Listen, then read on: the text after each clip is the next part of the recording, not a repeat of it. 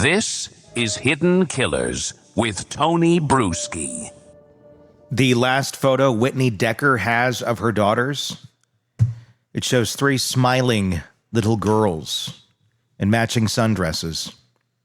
Peyton, 9, stands tall and protective beside her younger sister. Evelyn, 8, grins with a missing front tooth. Little Olivia, just 5, clutches a stuffed unicorn. It was taken 2 weeks prior to their father taking their lives.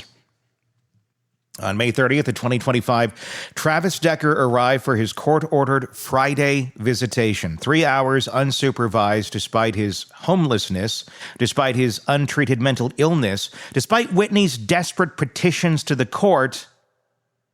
"We'll see you at 8, he said quietly. Too quietly. Whitney would never see her children again because they never came home. What followed was a cascade of systematic failures that would end with 3 small bodies discovered at Rock Island Campground near Leavenworth, Washington. Plastic bags over their heads, zip ties binding their wrists. The medical examiner would rule it homicide by suffocation.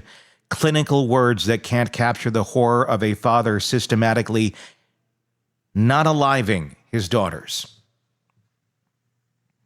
But this isn't just a story about one man's evil. It's about every institution that had the power to save these children and chose not to. The family court that ignored the red flags, the Amber Alert system that deemed them ineligible for protection, the military that abandoned a mentally ill veteran, the law enforcement agencies that treated a kidnapping as a civil matter. Travis Decker served 8 years in the Army, including deployment to Afghanistan. He achieved the rank of Staff Sergeant. He was trained in survival, navigation, and tactical operations. He was also diagnosed with borderline personality disorder, stopped taking his medication, and was living in his truck. The Washington National Guard knew he was missing drills. The court knew about his mental health crisis. Everyone knew. Nobody acted. 4 days before the murders, Decker's Google searches revealed his plan. How does a person move to Canada? Jobs Canada. The day before picking up his daughters, he visited the remote campground where he would end their lives. This wasn't a sudden break. This was a premeditated murder that everyone saw coming. When the girls didn't return that Friday night, Whitney called police at 9:45 p.m., but 3 children missing with their mentally ill homeless father didn't meet Amber Alert criteria. It was just another custody dispute. By the time authorities took it seriously, Peyton, Evelyn, and Olivia were already dead.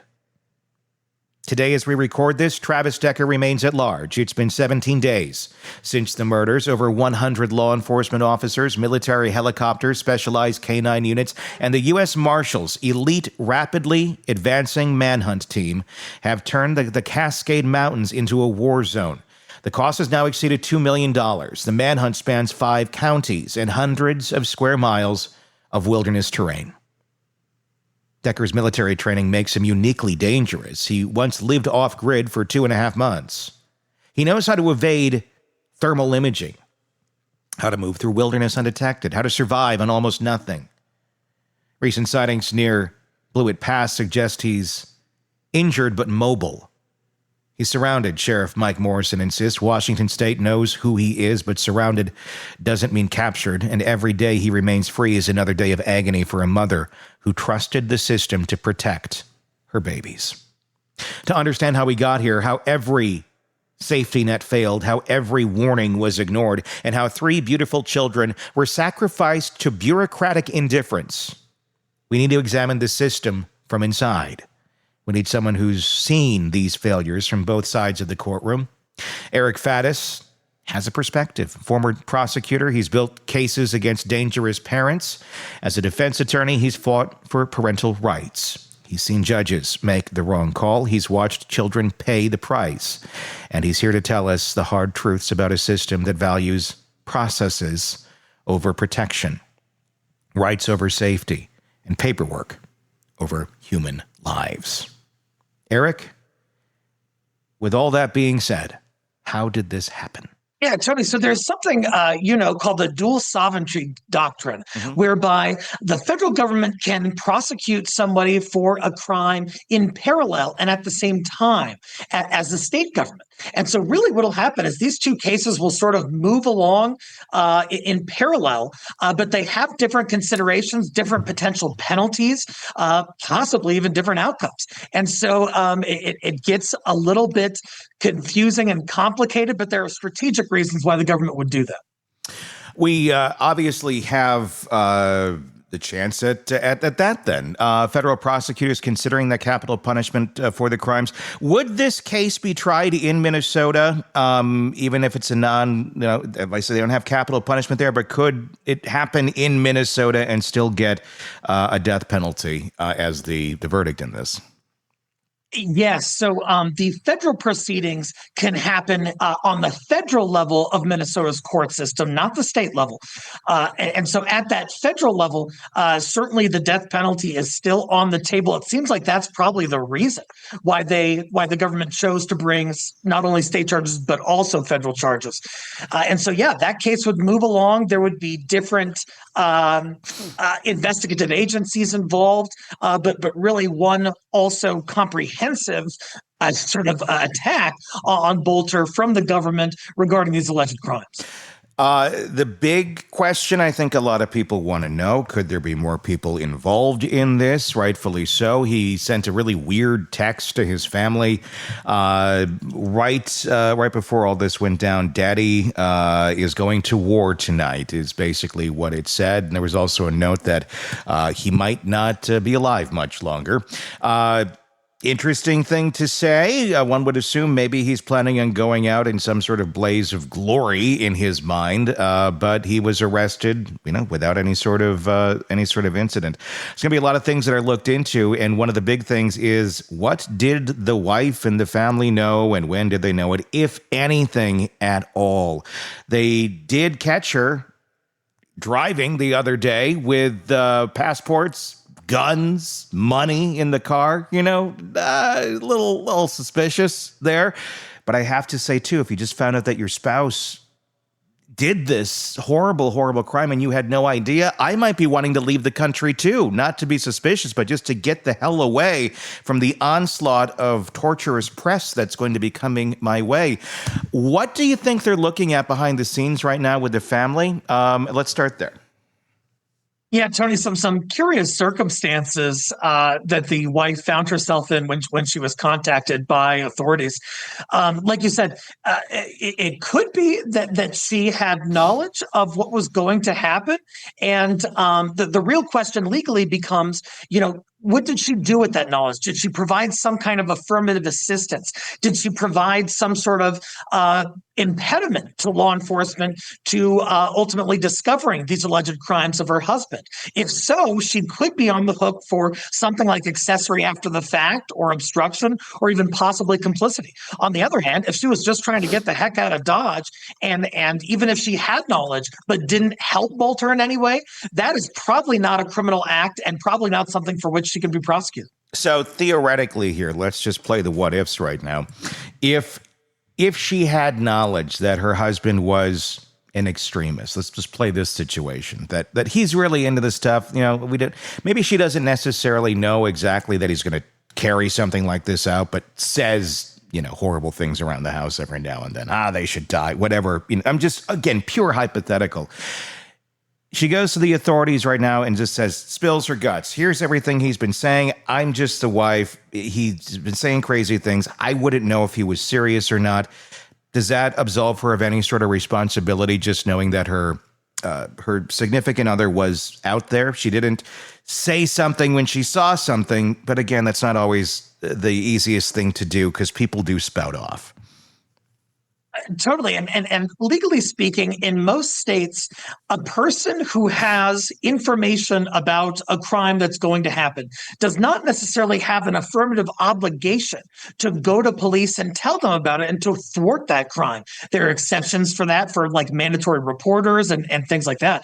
But here, if she did do that and kind of spilled her guts, that would not constitute a crime. Now, it would subject her to significant further interrogation, and they would probably be able to access her phone records, computer records after such a statement was made, and do those records further implicate her in any possible way they could. So it's kind of a tricky measure. Perhaps the person wants to come forward and give information, but they're also taking a risk in doing so, even when they did nothing wrong. What if she did know something? What if she did have knowledge? Let's just say she had knowledge. Again, another scenario, not saying she did. This is just scenario. And we're cosplaying this horrible situation. We have to wear outfits now. So hang on. Let me get... No.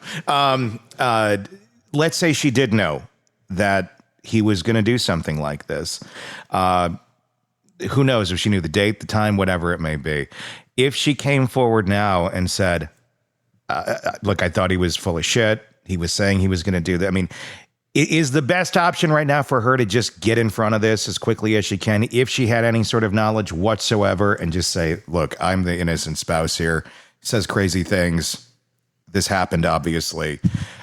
What's her, if you're advising this woman right now, what are you telling her to do? Yeah, there's a balance of interests here, because on the one hand, you could advise her to come forward, completely spill her guts, tell everything she knows about him and what his purported plans could have been. And perhaps that insulates her. Perhaps the government says, hey, if there was any crime you committed, we'll give you immunity so long as you testify against your husband. That's one course of action.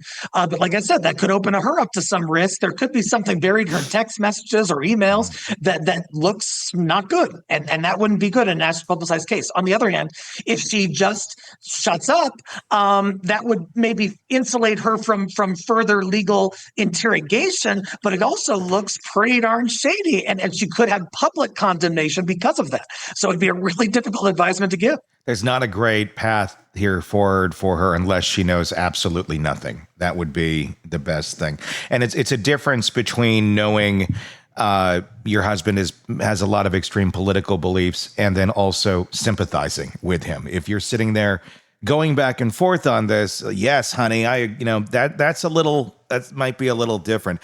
To compare it to another case where a spouse goes off and does crazy things, allegedly, Rex Heuermann and Asa Elrup. She filed for divorce, but we learned in the new documentary that came out that she still loves him. She thinks he's innocent. She got divorced for protecting the assets of the family and the kids. Is that an option? Would that protect the assets if she were to get divorced at this point? It also might open her up then to not having the spousal privilege and not having to testify against your husband. So kind of a double-edged sword there. Again, what would you say as an attorney to someone who's like, here's where I'm at. What should I do? Yeah, a lot of considerations to weigh there because, like you said, the divorce could signal some detachment from Bolter and his alleged acts and possibly protect assets going forward. I don't know the constitution of their family, but if there were children, it could help protect that kind of thing. On the other hand, yes, spousal privilege usually only applies to someone who is presently your partner. And so if they get divorced, she can probably be called to testify as a witness against him down the road. And so while she might protect assets in doing so, she might expose herself to risk and just a really unpleasant ongoing legal proceeding with this, multi-murderer allegedly. If she wants nothing to do with him, if she's like, okay, this is insane. I want out of this. I don't sympathize with you. I think you're nuts. You've ruined our lives. You've ruined your life. Would that be the best bet? Just get the divorce. And if you have no problem testifying against him, just protect. I mean, could they still go after any of those assets considering they were part of his at the time of the crimes? Yes. So my understanding is he had multiple vehicles. He had a home. So he did have some assets. And usually when there is a death, those assets can be attached in the criminal and the civil context. And it usually applies to assets that were in existence at the time that the judgment is rendered. So that's going to be down the road. That's going to be a restitution order in a criminal case or a judgment in a civil case. And so assets that existed at the time of the marriage are significant, but it's really going to matter what assets are still marital property once those judgments come down. So if she gets the divorce, I think it could legally protect the significant majority of those assets. Yeah, I mean, we always look at like, well, how are we going to punish the guy who did this stuff? You got to think too about like the family, like, because their lives are destroyed too. And I mean, it may seem somewhat selfish because people did just lose their lives. But at the same point, if you had nothing to do with it, you do have to protect your life too from the monster that it's destroyed these people's lives and your own. So these are interesting questions, I think, that a lot of people may not know the logistics of because it is just so kind of up in the air. Eric Faddis, defense attorney, former prosecutor. Thank you so much. Eric just laid bare the ugly reality of a system that failed Peyton, Evelyn, and Olivia at every turn. But as we sit here discussing legal reforms and systematic failures, Travis Decker is still out there somewhere in the Washington wilderness. By the time you watch this, he may be caught or dead. The manhunt has entered what authorities call a new phase. The dramatic helicopter searches and massive ground sweeps have given way to targeted intelligence operations. They're playing a waiting game now, betting that Decker's military training can't overcome basic human needs forever. He'll need food, he'll need medical attention for possible injuries, he'll make a mistake, and that's what they're counting on. The most recent credible sighting came from hikers in the Enchantments who reported an ill-prepared lone hiker actively avoiding others. When a search helicopter approached, the figure fled into the dense forest. Canine units tracked his scent from Kolchuk Lake to the Ingalls Creek trailhead near Blewett Pass, where they received items of interest. But Decker himself remains a ghost in the mountains he knows so well. The U.S. Marshal Service has committed their most elite resources to this manhunt. Their RAM team, rapidly advancing manhunt, specialize in capturing the most dangerous fugitives. They've offered a $20,000 reward. They've deployed technology that remains classified. They've brought in specialists who've hunted terrorists in Afghanistan, ironically the same country where Decker learned the skills he's now using to evade them. But technology has limits in the Cascade Wilderness. Thermal imaging can't penetrate dense forest canopy. Drones can't navigate every ravine. And a man who lived off-grid for 2.5 months, who is trained by the same military now hunting him, who has nothing left to lose, he's not an easy target. Back in Wenatchee, a community grieves. Over $1.2 million has poured into the GoFundMe for Whitney Decker, though no amount of money can fill the silence where her daughter's laughter used to be. She's planning funerals instead of summer camps, choosing caskets instead of back-to-school supplies, living every parent's worst nightmare, while the man who killed her babies remains free. There's a memorial service happening June 20th at 7 p.m. at Rocky Reach Park. The community has been asked to wear the girl's favorite colors: purple for Peyton, who loved gymnastics and protected her sisters fiercely; pink for Evelyn, the artist who left drawings scattered throughout the house; and green for Olivia, the baby who still believed in unicorns and happy endings.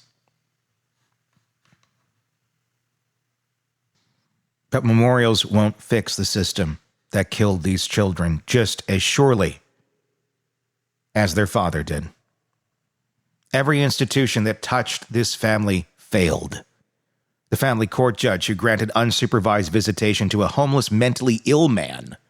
The Amber Alert system that decided 3 missing children weren't worth a public warning. The military that knew Decker was spiraling and did nothing. The law enforcement agencies who wasted precious hours because custody disputes are civil matters. Whitney Decker did everything right. She documented the danger. She petitioned the court. She followed every legal channel available to protect her children. The system rewarded her diligence by handing her babies to their killer. And that's the most terrifying part of this story. It's not unique. Right now in courtrooms across America, judges are making the same fatal calculations, prioritizing parental rights over children's safety, ignoring mental health red flags, gambling with children's lives. The only difference is we don't know their names yet. We haven't mourned them yet, because unless we fix this broken system, we will. Travis Decker may be captured tomorrow or months from now, or never. He may surrender, or he may force police to kill him in the wilderness he's made his refuge, or might kill himself. But catching Travis Decker won't bring back Peyton, Evelyn, and Olivia. It won't comfort their mother and it won't prevent the next Travis Decker from getting unsupervised access to his children, despite every warning sign screaming danger. If you have information about Travis Decker's whereabouts, call the U.S. Marshals at 1-800-336-0102. He's likely in the Blewett Pass area, possibly injured, definitely armed with wilderness survival skills that make him extremely dangerous. Don't approach him. But more importantly, if you're a parent fighting a system that refuses to protect your children, don't give up. Document everything. Appeal every decision. Be the difficult parent they complain about in their offices. Because being labeled high conflict is better than planning 3 funerals. I'm Tony Bruschi. Tell me what your thoughts are on this case in the comment section. On YouTube, hit subscribe there. Hit subscribe if you're listening to us on the podcast platforms, and do check out our YouTube channel, Hidden Killers with Tony Bruschi, to join in that conversation right there. Looking forward to your thoughts. My name's Tony Bruschi again. Thank you for watching. We'll talk again real soon. Craving non-stop true crime updates? Press subscribe now and get the latest cases, analysis, and expert commentary delivered straight to your feed. Only from the Hidden Killers podcast and True Crime Today.